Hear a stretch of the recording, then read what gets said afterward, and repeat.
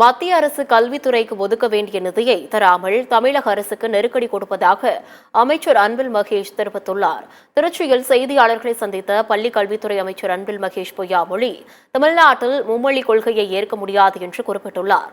மத்திய கல்விக் கொள்கை விவாதத்திற்கு உட்பட்டது என அமைச்சர் அன்பில் மகேஷ் தெரிவித்துள்ளார். இந்த கல்வி என்று வரும்போது நீங்கள் அதுக்கான நிதியை நீங்கள் நிறுத்திவிடக்கூடாது. அது நீங்கள் உடனடியாக அது ஒதுக்கிட வேண்டும். இது 573 கோடி மட்டும் இல்லை, கடந்த ஆண்டு நமக்கு வர வேண்டிய கடைசி தவணையாக இருக்கின்ற 249 கோடியும் அவங்க நிறுத்திட்டாங்க. அவங்க என்ன சொல்கிறாங்க, நீ என்இபியில் நீ உள்ள வா, என்இபியில் நீ வந்தால் மட்டும்தான் நான் இதை கண்டிப்பாக நான் தருவேன் அப்படின்னு அவங்க சொல்கிறாங்க. நான் சொன்னேன், என்இபி 2020 தாங்க அது வந்துச்சு டிராஃப்ட்டு.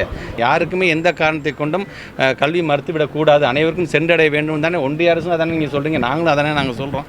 ஆனால் இன்றைக்கி ஏதேதோ காரணம் சொல்லி இதில் வந்தால் தான் தருவேன், என்இபி அக்செப்ட் பண்ண தான் தருவேன் என்று சொல்லுகிறது எந்த விதத்தில் அது நியாயமாக இருக்கும் என்பதை தான் இந்த நேரத்தில் வைக்க கடமைப்பட்டு